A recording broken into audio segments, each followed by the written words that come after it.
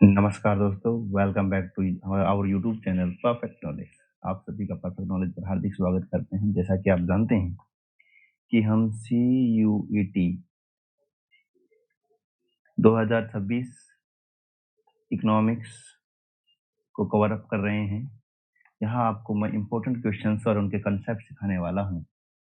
तो चलिए शुरू करते हैं आज प्रोड्यूसर थ्योरी को, जिसके अंदर मैं कुछ क्वेश्चंस लेकर के आया हूँ जो बहुत ही इम्पोर्टेंट है एग्जाम के नज़रिए से। और दोस्तों, आप हमारे यूट्यूब चैनल को लाइक, शेयर एंड सब्सक्राइब करना ना भूलें। देर ना करते हुए शुरू करते हैं आज की क्लास। फर्स्ट, आपको पता ही है कि हमारा एक तरीका रहता है कि हम किसी न किसी इकोनॉमिक क्वोट को यहाँ पर दिखाते हैं, ताकि आपका जो इकोनॉमिक क्वोट का कि ये बात किसने कही, ये डेफिनेशन किसकी है, तो वो आपको जो है डेली एक देखने को मिल जाती है हमारी वीडियो में, जिससे आपको वो क्वेश्चंस भी जो हैं वो सोल्व हो जाते हैं। तो देखिए, consumption is the sole and purpose of all production. हम इसको पहले भी पढ़ चुके हैं। एडम स्मिथ की एक कोट है जो वो कहते हैं कि सारा प्रोडक्शन जो है वो उसका अंतिम जो रूप है वो उपभोग को बढ़ाने के लिए, उपभोग को एक्स्ट्रा करने के लिए, उपभोग ही उसका अंतिम उद्देश्य है। And the interest of the producer ought to be attended to only so far as it may be necessary for promoting that of the consumer। और कहते हैं कि उत्पादक के हित, यानी कि उत्पादक को प्रॉफिट केवल तभी मिल सकता है जब हम प्रमोट करते हैं कंज्यूमर को। यानी कंज्यूमर को, जब कंज्यूमर ज्यादा कंज्यूम करेगा, अगर वो कंज्यूम करेगा, डिमांड अगर आपकी ज्यादा होगी, तो सप्लाई साइड जो है उसको आपकी पूर्ति करनी पड़ेगी, और जब वो पूर्ति करेंगे तो उनका जो प्रॉफिट है वो बढ़ेगा। यानी कि ये कहना चाह रहे हैं एडम स्मिथ। वैसे अगर मैं बात करूं तो डिमांड साइड की बात नहीं करते। एडम स्मिथ जो है वो सप्लाई साइड की बात करते हैं, और यहाँ भी आपको इसको सप्लाई साइड एंगल से ही देखना पड़ेगा।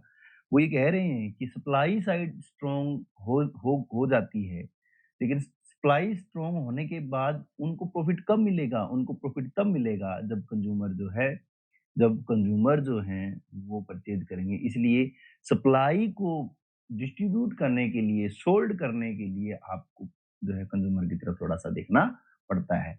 यानी कि कहने का मतलब ये है कि आपको मैं ये सीधा-सीधा बोल रहा हूँ कि भई जब भी अगर सप्लाई साइड की बात आए, तो सप्लाई साइड का मतलब हो जाता है आपका क्लासिकल इकोनॉमिक्स, ठीक है ना? क्लासिकल थॉट जो है वो सप्लाई साइड की बात करता है, और केंजियन थॉट जो है वो डिमांड साइड की बात करता है। तो यहाँ पर एडम स्मिथ कहते हैं कि जो सप्लाई है हमारी, उस सप्लाई को टैकल करने के लिए हमें जो है कंजप्शन की ओर ध्यान देना होगा। चलिए फर्स्ट क्वेश्चन अटेम्प्ट करते हैं। The functional relationship between physical input and physical output is called. जैसे भौतिक भौतिक आगतों, इनपुट्स और भौतिक उत्पादन आउटपुट के बीच कार्यात्मक संबंध को क्या कहा जाता है? चलिए दोस्तों देख लेते हैं। देखो, इनपुट और आउटपुट के बीच के संबंध को क्या कहा जाता है, ये पूछा गया है। ठीक है। तो जब हम कॉस्ट फंक्शन पढ़ते हैं, तो हम क्या करते हैं, हम यहाँ पढ़ते हैं कि भाई जो भी हमारे इनपुट हैं, ठीक है ना, उनके ऊपर हमारा कितना खर्चा आया है ना? तो यहाँ आउटपुट की बात नहीं हो पाती है। रेवेन्यू में हम ये देखते हैं कि जो भी हमारा प्रोडक्शन है वो कितने का सोल्ड हुआ है ना? तो यहाँ भी हम जो है वो इनपुट आउटपुट दोनों की बात नहीं करते हैं।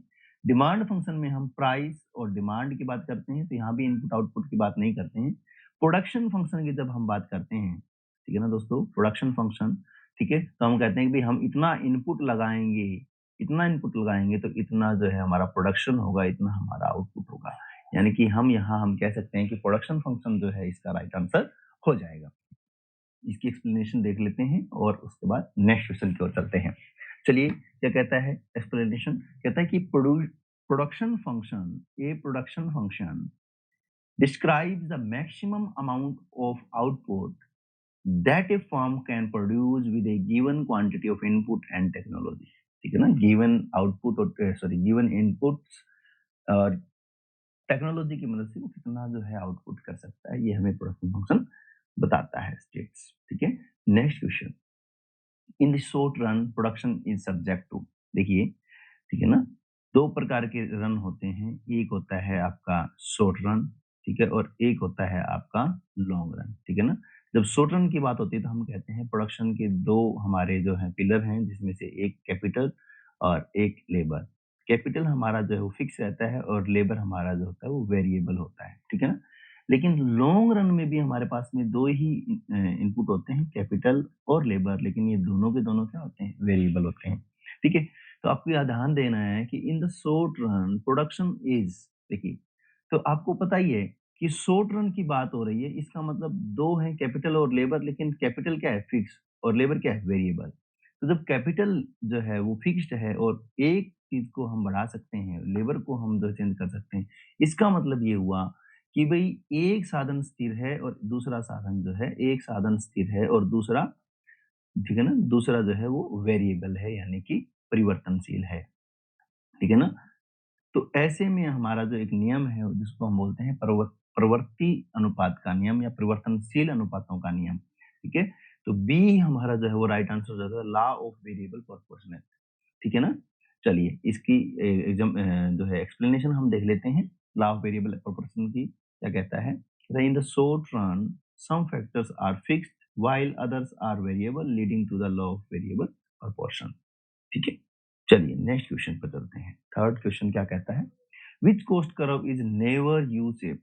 तो आपको पता है दोस्तों, मैं यहाँ बना देता हूँ, तभी मैंने आपको कहा कि जब भी आप सोल्व करें तो इकोनॉमिक्स जो है वो आपसे डायग्राम मांगती है, ठीक है। तो जब आप एबीसी कर्व को बनाते हैं तो आपको पता है कि variable cost, total variable cost को, टीवीसी को जब हम क्वांटिटी से डिवाइड कर देते हैं तो बन जाता है एवीसी, ठीक है। और एवीसी ऐसा होता है आपका, यानी कि तो यू शेप का होता है, ठीक है। मार्जिनल कॉस्ट, तो मार्जिनल कॉस्ट भी आप देखते हैं कि वो भी जो है वो यू शेप की होती है, एमसी, ठीक है। फिर आ जाता है आपका एएफसी। तो जब आप एएफसी देखते हैं तो देखना, जब आप एएफसी देखते हैं तो एएफसी आपका जो है वो ऐसे चलता है,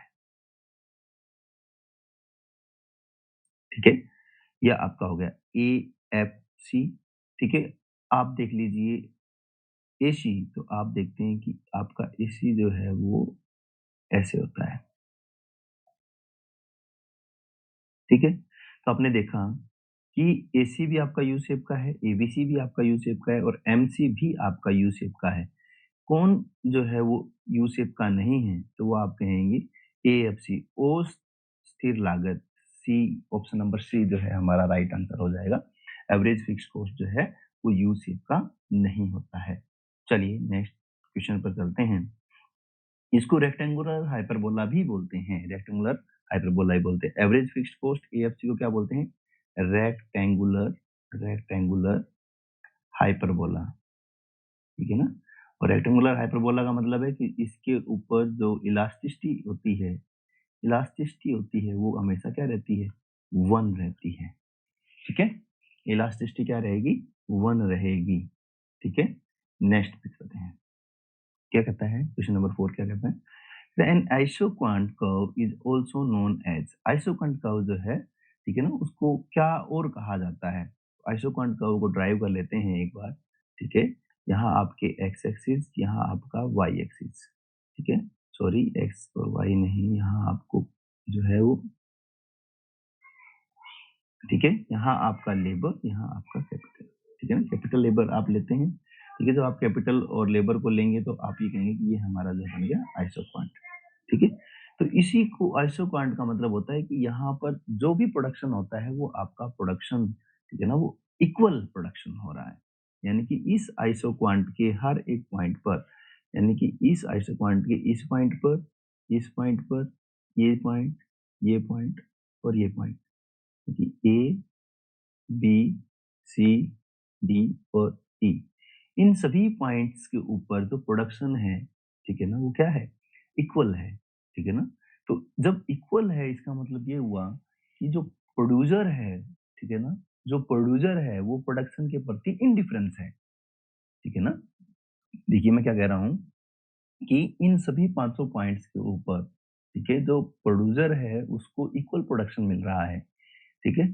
तो वो इस पॉइंट को, यानी कि ए पॉइंट को ले, बी को ले, सी को ले, डी को ले, ई को ले, क्योंकि किसी भी पॉइंट को अगर वो लेता है तो उसको इक्वल प्रोडक्शन जो है वो मिलेगा, ठीक है ना।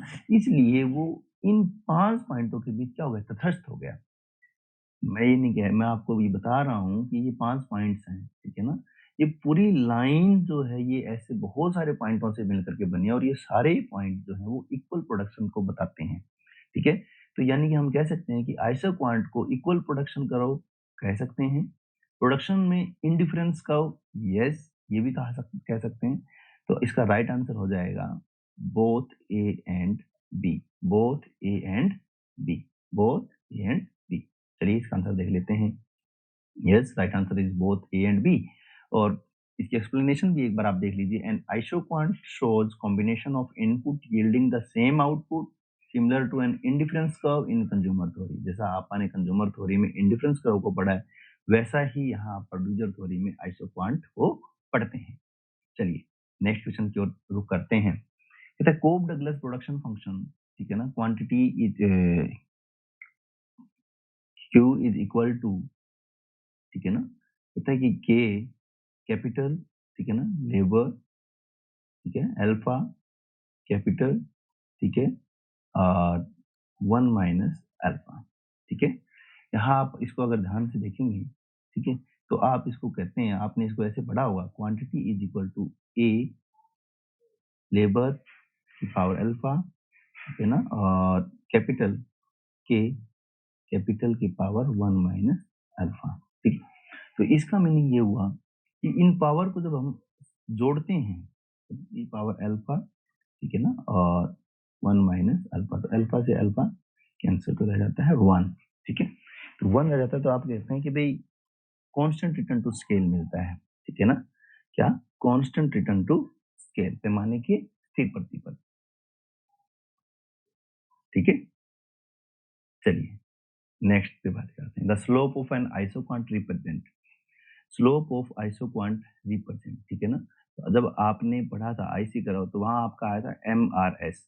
जब आप आइसोक्वांट पढ़ते हैं, ठीक है, तो यहाँ आप लेते हैं लेबर, यहाँ आप लेते हैं कैपिटल, ठीक है, और ये है आपका आइसोक्वांट, ठीक है। तो आप ये कहते हैं कि भाई मैं सब्स्टिट्यूट कर रहा हूँ यहाँ पर, क्या क्या सब्स्टिट्यूट कर रहे हैं? यहाँ पे हम कैपिटल को सब्स्टिट्यूट कर रहे हैं लेबर से, ठीक है ना। तो यानी कि कैपिटल ट्रांसफॉर्म कर रहे हैं लेबर में, या लेबर ट्रांसफॉर्म कर रहे हैं कैपिटल में। इसलिए इसको जो कहा जाता है, इसको कहा जाता है marginal rate of technical substitution, ठीक है ना, marginal rate of technical substitution, ठीक है। तो यहाँ आपका राइट आंसर हो जाएगा B, M R T S X Y, ठीक है ना, एक्स वाई गुड के लिए, ठीक है।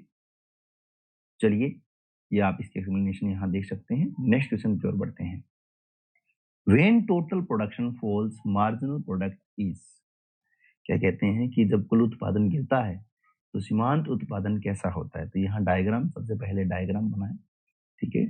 और जब आप डायग्राम बनाते हैं तो आपको पता है कि ये आपने बनाया टीपी, टीपी, ठीक है।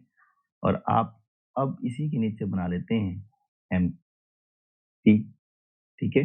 तो आप क्या करते हैं, ये कहते हैं कि जहाँ ये टॉप होता है, बिल्कुल मैक्सिमम होता है, वहीं आपका एम पी जो है वो 0 हो जाता है, ठीक है। ये आपका एम पी, ठीक है। ये आपका एम पी, तो आप यहाँ देखेंगे कि ये 0, ये 1 2 3 4 ऐसे, यहाँ आ जाता है -1, ठीक है, -1। तो यानी कि आप ये कहेंगे कि भाई इस पॉइंट के बाद टिप्पी जो है हमारा गिरना शुरू हो गया। ये यहाँ से ये टिप्पी गिरना शुरू हुआ, तो यहाँ जब वो मैक्सिमम पे था तो हम थे 0 पे, तो जब वो गिरना शुरू हुआ तो एम पी हमारा नेगेटिव होना शुरू हो गया, ठीक है ना। तो हम क्या कहेंगे कि जब टीपी जो है वो मैक्सिमम होता है तब एमपी 0 होता है, और जब टीपी जो है वो गिरता है तो यानी कि एमपी नेगेटिव हो जाता है। तो आपका राइट आंसर आ जाएगा सी, नेगेटिव, ठीक है। नेक्स्ट क्वेश्चन की ओर बढ़ते हैं, इससे पहले इसकी एक्सप्लेनेशन को देख लेते हैं। चलिए, नेगेटिव राइट आंसर।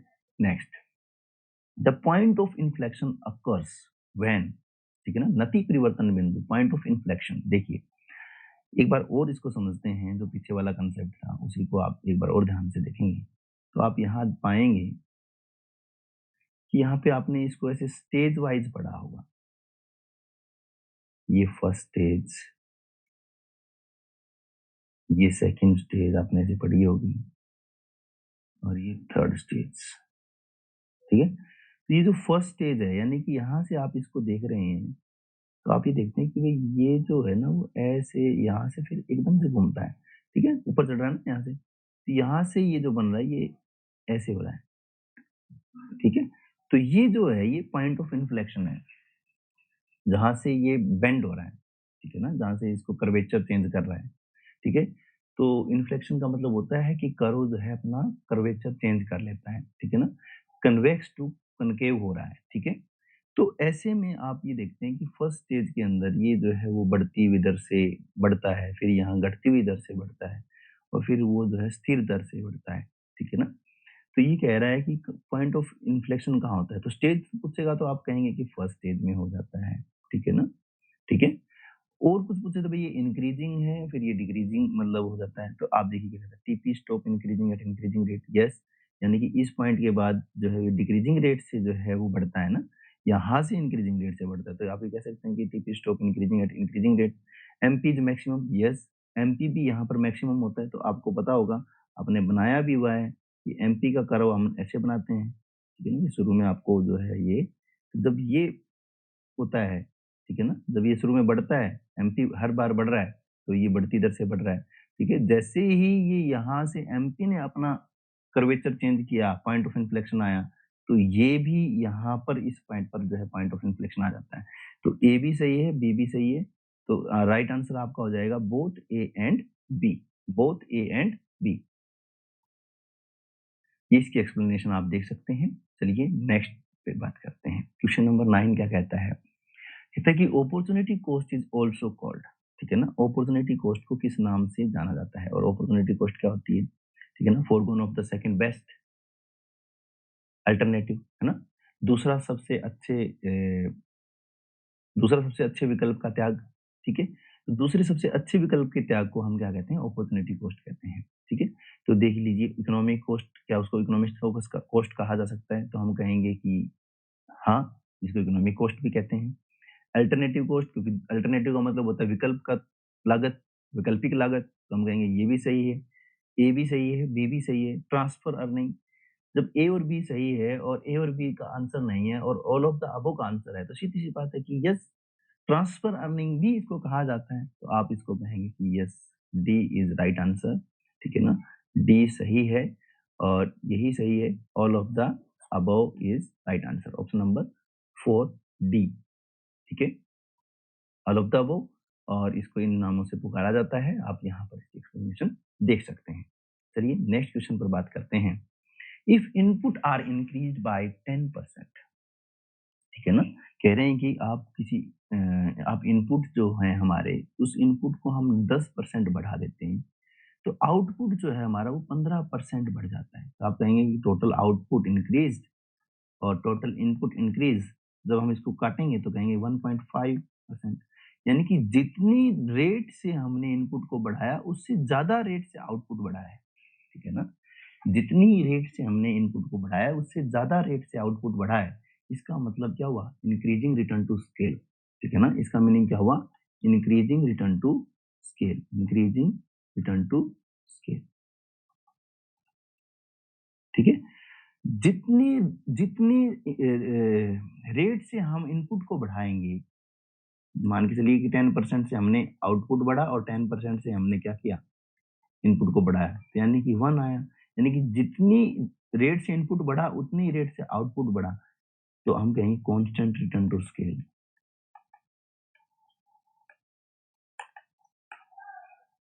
ठीक है? और जितनी रेट से इनपुट को बढ़ाया उससे कम रेट से जो है वो आउटपुट बढ़ा, इसको हम कहेंगे इसको हम कहेंगे decreasing return to scale. Output तीनों में ही बढ़ा है, ये ध्यान करना है। ऐसा नहीं है कि आउटपुट बढ़ा नहीं है। इंक्रीजिंग रिटर्न में भी, कांस्टेंट रिटर्न में भी और डिक्रीजिंग रिटर्न में भी, तीनों में ही आउटपुट बढ़े हैं।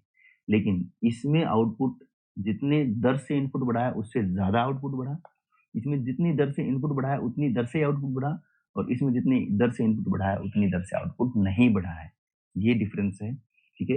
इंक्रीजिंग रिटर्न टू स्केल, ठीक है? Increasing return to scale, option number B is right answer, increasing return to scale. चलिए इसकी एक्सप्लेनेशन देख लेते हैं और उसके बाद नेक्स्ट क्वेश्चन पर चलते हैं।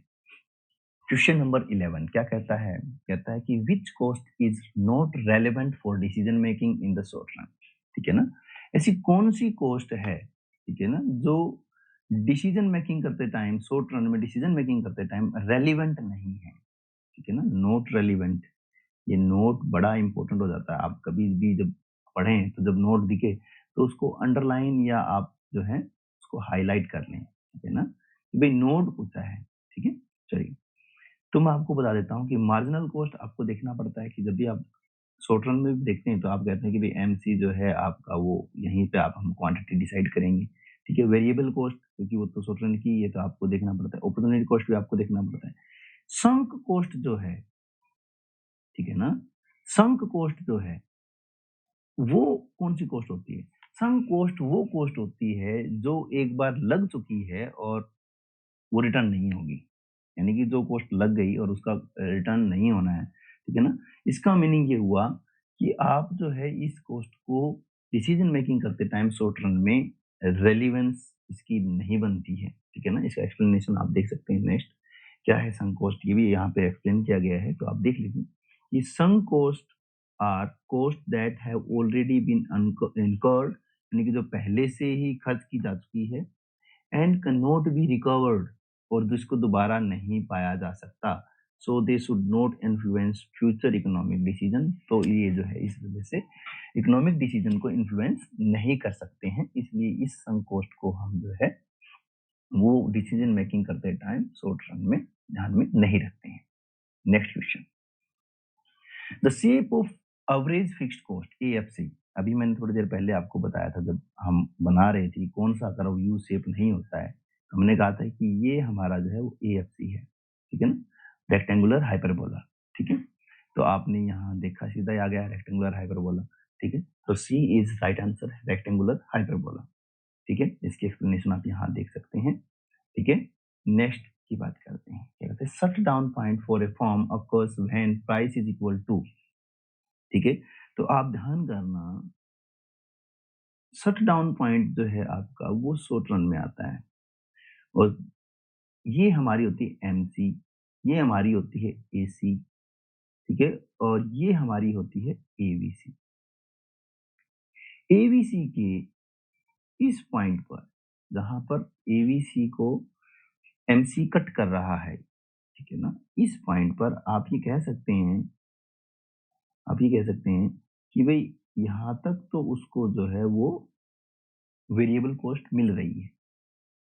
क्लियर है ना बात? लेकिन इससे नीचे जो नहीं मिलेगी, इसका मतलब ये कि ऐसे पॉइंट पर आ गया कि अगर इसको ये एवरेज कॉस्ट नहीं मिलती है तो ये बंद कर देगा। इसी को बोलते हैं शट डाउन पॉइंट। ठीक है, तो इस मामले में हम जो देखते हैं वो देखते हैं एवीसी को। ठीक है, मिनिमम एवरेज कॉस्ट। ठीक है, minimum average cost, C is right answer. Next चलते हैं। ठीक है, यहाँ आप इसकी एक्सप्लेनेशन जो है वो ध्यान से देख सकते हैं। चलिए, expansion path in producer theory in analogous to which line in consumer theory? Expansion path क्या होता है? चलिए पढ़ लेते हैं। जब आप देखते हैं, जब आप देखते हैं, देखिए ये हमारी है बजट लाइन। ठीक है, और इसके ऊपर जब हम आईसी कर्व को ड्रॉ करते हैं तो ये हमारा जो पॉइंट बनता है, ये हमारा बनता है कंज्यूमर इक्विलिब्रियम। ठीक है, कुछ हुआ कि हमारी इनकम बढ़ गई, तो हमारी इनकम बढ़ गई तो हम, हमारी बजट लाइन बढ़ गई, हम जो है वो नए आईसी कर्व पर आ गए।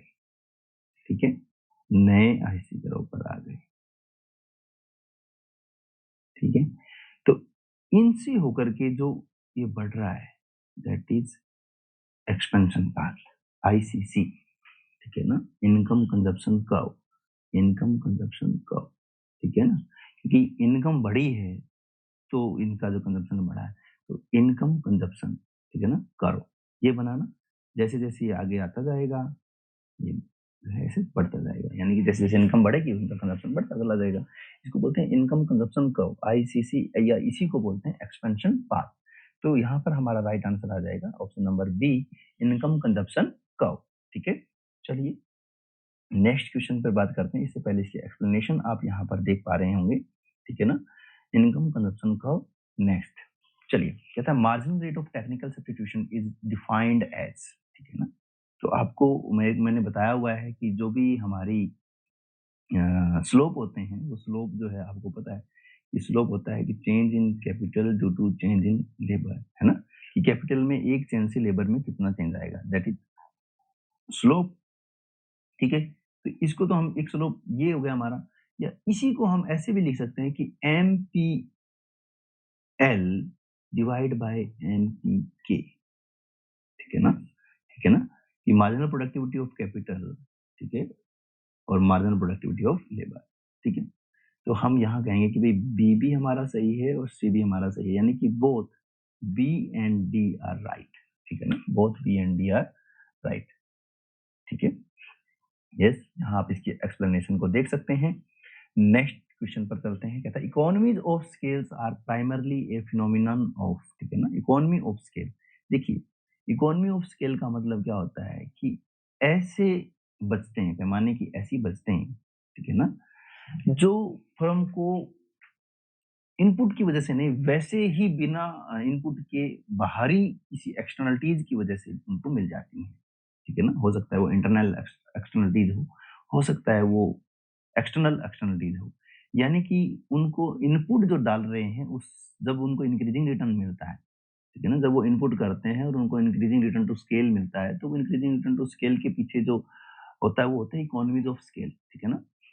जैसे सपोज कीजिए कि कोई फर्म जो है वो ऐसे स्थान पर इस्टेब्लिश की जा रही है, ऐसे स्थान पर लगाई जा रही है जहाँ के लोग पहले से ही पढ़े लिखे हैं, स्किल्ड हैं, ठीक है, और वो जो है वो अच्छे स्वस्थ हैं, ठीक है। तो जब वहाँ पर कोई भी फर्म इस्टेब्लिश की जाएगी तो वहाँ के लोग, उनको जो फर्म है उसको अच्छे लेबर मिल जाएगी, उनको स्वस्थ जो है वो लेबर मिल जाएगी, तो कॉस्ट जो है वो फर्म की कम हो जाएगी, और जब फर्म की कॉस्ट कम हो जाएगी तो उसके प्रॉफिट थोड़े से बढ़ जाएंगे, है ना।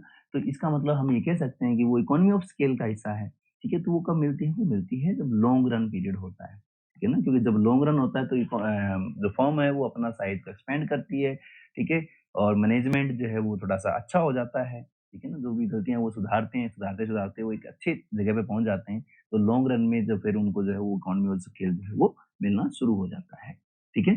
तो right answer is B, long run. चलिए, इसकी एक्सप्लेनेशन आप देख सकते हैं। नेक्स्ट पे बात करते हैं, ठीक है। Which curve is known as envelope curve, ठीक है ना, लिफाफा वक्र किसको कहते हैं, ये बहुत बार प्रश्न पूछा जाता है कि लिफाफा वक्र किसको कहा जाता है, ठीक है। देखिए, ऑप्शन ए कहता है एसएससी अल्पकालीन औसत लागत वक्र को कहते हैं, एलएसी दीर्घकालीन औसत लागत वक्र को कहते हैं, एसएमसी अल्पकालीन सीमांत लागत वक्र को कहते हैं, और एलएमसी दीर्घकालीन सीमांत लागत वक्र को कहते हैं, यानी कि लिफाफा वक्र कहते हैं किसको है। तो आप यहाँ से ये ध्यान करना दोस्तों कि जब हम कर्व को बनाते हैं, ठीक है ना, तो ये आप देखते हैं कि ये आपका होता है लॉन्ग रन एवरेज कॉस्ट। तो इसमें बहुत सारे शॉर्ट रन जो है एवरेज कॉस्ट होते हैं, ठीक है ना, बहुत सारे शॉर्ट रन एवरेज कॉस्ट होते हैं। और जैसे एक एक एनवलप में बहुत सारी चीजें हम भरते हैं, ऐसे ये एलएसी जो है वो बहुत सारे एसएसी को अंदर रख रहा होता है, ठीक है ना, short run average cost, short run average cost, है ना। ये जैसे एक एनवलप में बहुत सारी चीजें आ जाती हैं, ऐसे ही बहुत सारे एसएसी जो हैं वो एलएसी के अंदर आते हैं, इसलिए इसको जो है एलएसी को एनवलप कर्व जो है, लिफाफा वक्र जो है वो कहा जाता है। तो राइट आंसर हो जाता है आपका B is your right answer, ठीक है ना। चलिए, B is your right option. तो एलएसी दीर्घकालीन औसत लागत वक्र, ठीक है ना, बहुत सारे जो है शॉर्ट रन आप यहाँ देख सकते हैं कि LAC curve envelope all the short run average cost curve represent the lowest possible cost for any level output, ठीक है। तो इसको बोलते हैं दीर्घकालीन औसत लागत वक्र। नेक्स्ट क्वेश्चन की ओर बढ़ते हैं। क्वेश्चन नंबर 18, इम्प्लीसिट कॉस्ट कौन सी होती है। तो मैंने आपको बताया बच्चे कि कॉस्ट जो है वो दो प्रकार की होती हैं, ठीक है ना, एक जिसको बोलते हैं एक्सप्लिसिट, ठीक है ना, एक एक्सप्लिसिट, और एक कॉस्ट जिसको बोलते हैं इम्प्लीसिट, ठीक है ना, इम्प्लीसिट। एक्सप्लिसिट को अकाउंटिंग कॉस्ट भी कहते हैं, अकाउंटिंग कॉस्ट भी कहते हैं, अकाउंटिंग कॉस्ट, क्योंकि जो अकाउंटेंट होता है वो सिर्फ बाहर दिखने वाली कॉस्ट को ही देखता है, ठीक है ना। इम्प्लीसिट कॉस्ट वो कॉस्ट होती है जो आप अपने ही सेल्फ सप्लाइड फैक्टर जो है प्रोवाइड करवाते हैं कंपनी को। जैसे सपोज कीजिए कि मैंने अपनी एक फर्म ओपन की, और जब मैंने अपनी एक फर्म ओपन की तो मेरे पास जो मेरा लैपटॉप था उसी को मैं यूज करना शुरू कर दिया, है ना? तो इसका मतलब ये हुआ कि कंपनी अगर कोई और होती, ठीक है ना, तो उस कंपनी को लैपटॉप काम करने के लिए लैपटॉप को खरीदना पड़ता। लेकिन क्योंकि वो मेरी ही कंपनी थी और मेरे पास पहले से लैपटॉप था, तो मैंने अपने ही फैक्टर को उसमें एंगेज कर लिया, उसमें जोड़ लिया। यानी कि उस लैपटॉप के पैसे उस फर्म को बच गए। तो अकाउंटेंट तो उसको ऐड नहीं करेगा कि ये कॉस्ट है ना? ये कॉस्ट है, वो तो उसके लिए तो कुछ नहीं, क्योंकि उसने तो किसी को पैसे दिए नहीं, तो वो तो कॉस्ट में इसमें शामिल किया करेगा नहीं।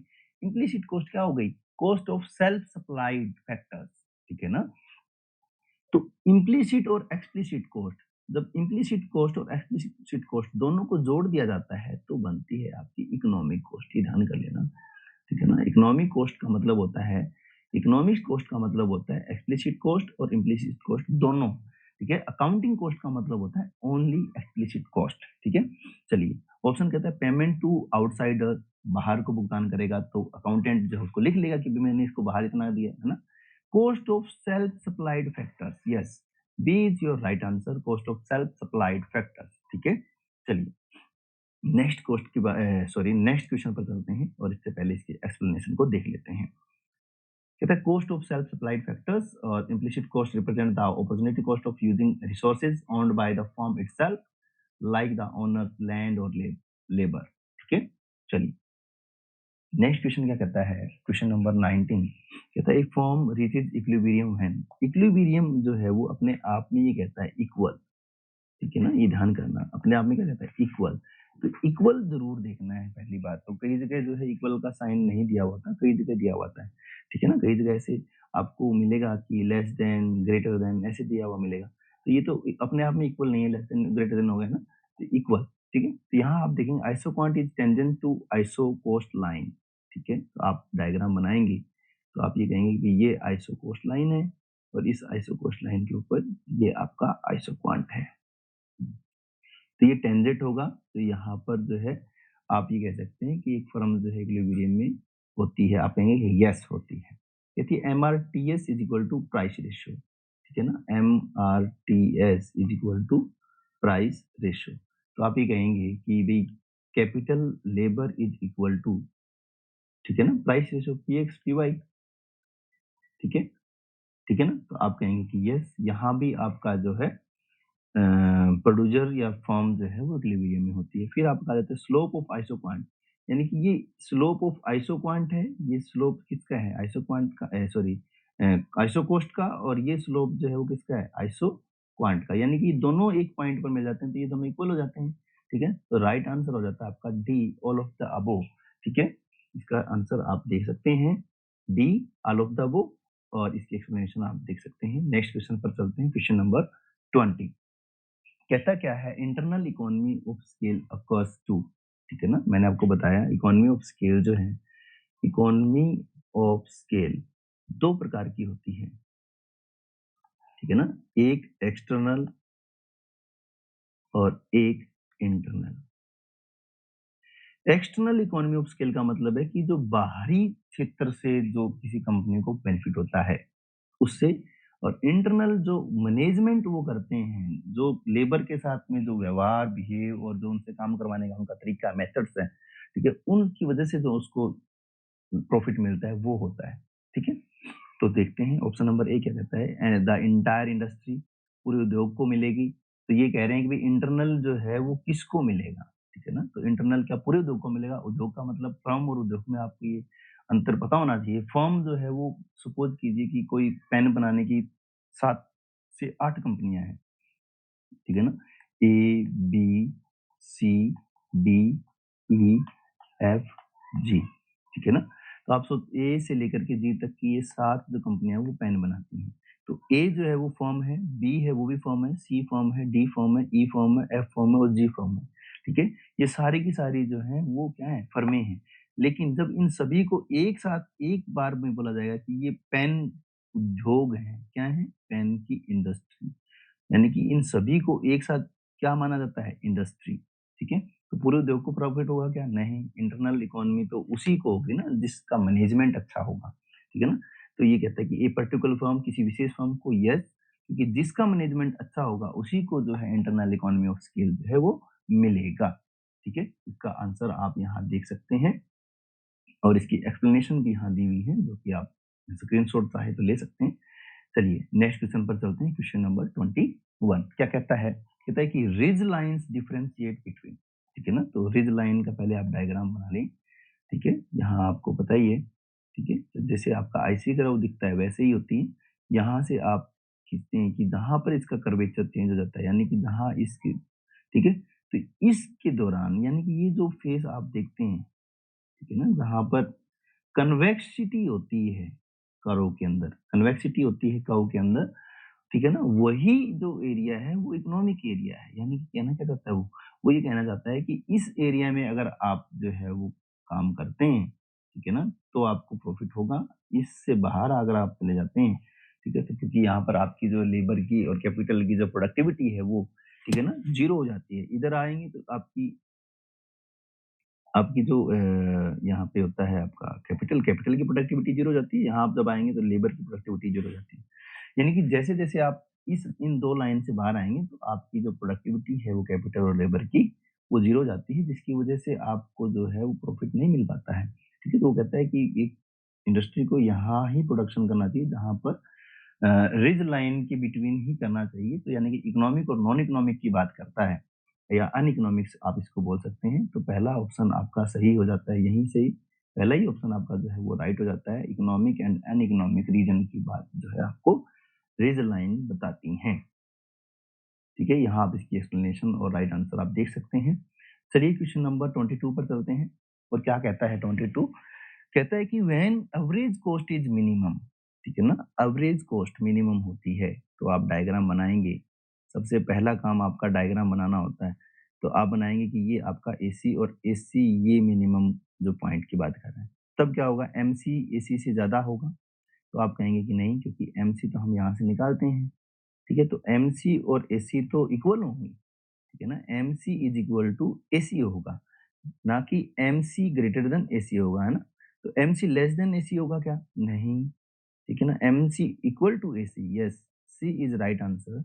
एमसी और एसी जो है वो इक्वल होंगे।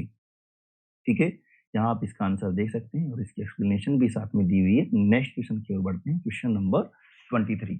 चलिए, अकाउंटिंग प्रॉफिट इक्वल्स, देखिए मैंने आपको बताया कि अकाउंटिंग प्रॉफिट, यहाँ क्या कह रहा है, अकाउंटिंग प्रॉफिट इक्वल्स, पहले हम पढ़ करके आए थे अकाउंटिंग कॉस्ट। अकाउंटिंग कॉस्ट का मतलब क्या था? अकाउंटिंग कॉस्ट का मीनिंग था कि आपकी जो एक्सप्लिसिट कॉस्ट है ना, जो बाहर दिखती है, एक्सप्लिसिट कॉस्ट, वही आपकी अकाउंटिंग कॉस्ट है। ठीक है, तो अकाउंटिंग प्रॉफिट क्या होगा?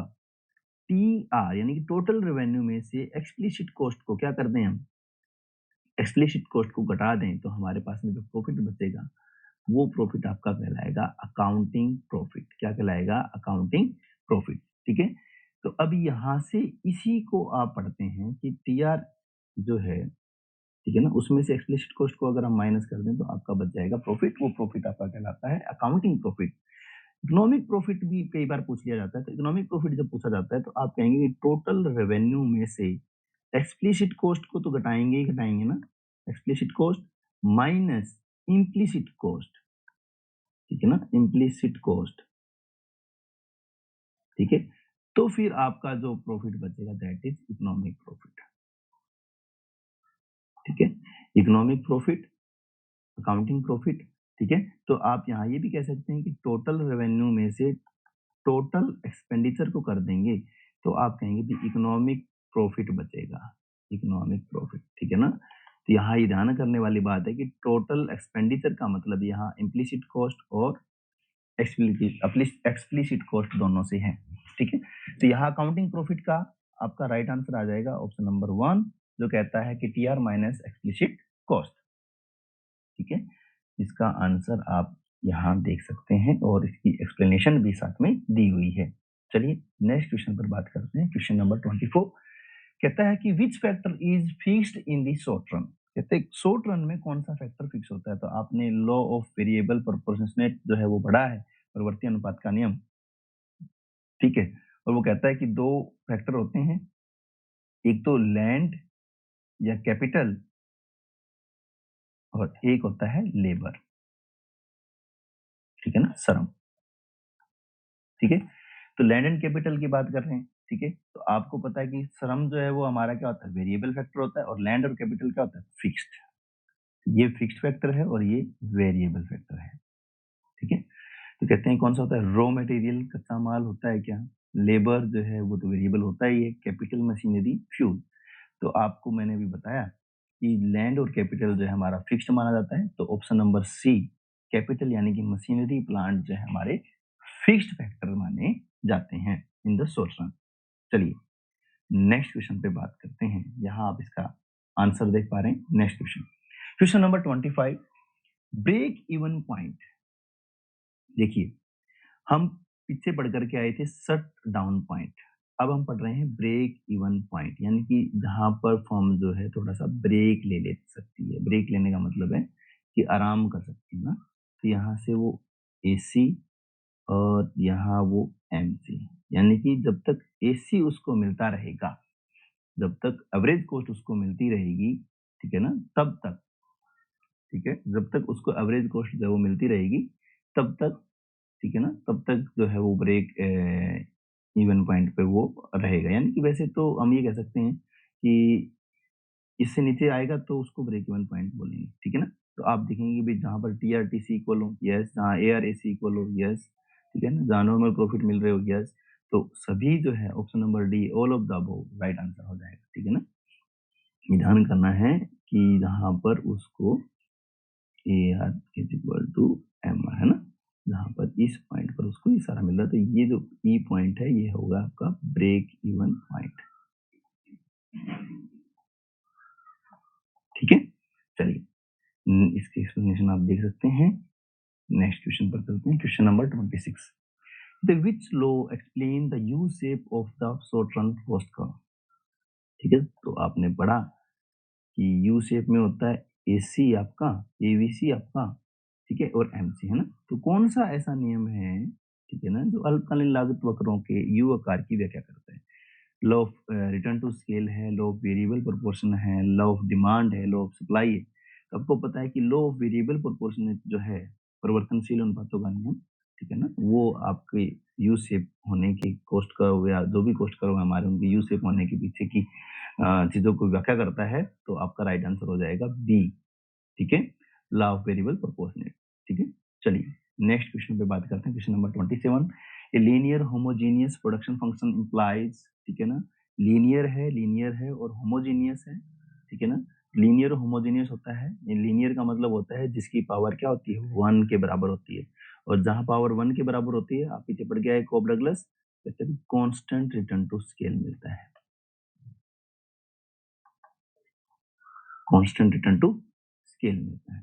तो यहाँ आप देखेंगे option number 1 A is right answer, constant return to scale. ठीक है, नेक्स्ट पे चलते हैं, क्वेश्चन नंबर 28 कहता है total variable cost curve start from. ठीक है ना, तो आपको पता है ये पहले आपको डायग्राम बनाना है। ठीक है ना, ऑप्शन एक बार देख लेते हैं, क्या कहता है कि कुल परिवर्तनशील लागत जो है वह कर कहाँ से शुरू होता है, ओरिजिन से शुरू होता है, वाई एक्सिस के ऊपर से शुरू होता है, एक्स एक्सिस से शुरू होता है, या नेगेटिव एक्सिस से शुरू होता है। ठीक है ना, आपको ये ध्यान करना है। तो आपको पता है कि यहाँ हमारी जो है वो टोटल फिक्स्ड कॉस्ट होती है, टोटल फिक्स्ड कॉस्ट टीएफसी। ठीक है ना, यहाँ टोटल फिक्स्ड कॉस्ट होती है। ठीक है, और ये हमारा यहाँ से ऐसे निकलेगा आपका टीवीसी, टोटल वेरिएबल कॉस्ट, और जब ये टोटल वेरिएबल कॉस्ट और ये आपका हो जाता है टीसी, टोटल कॉस्ट।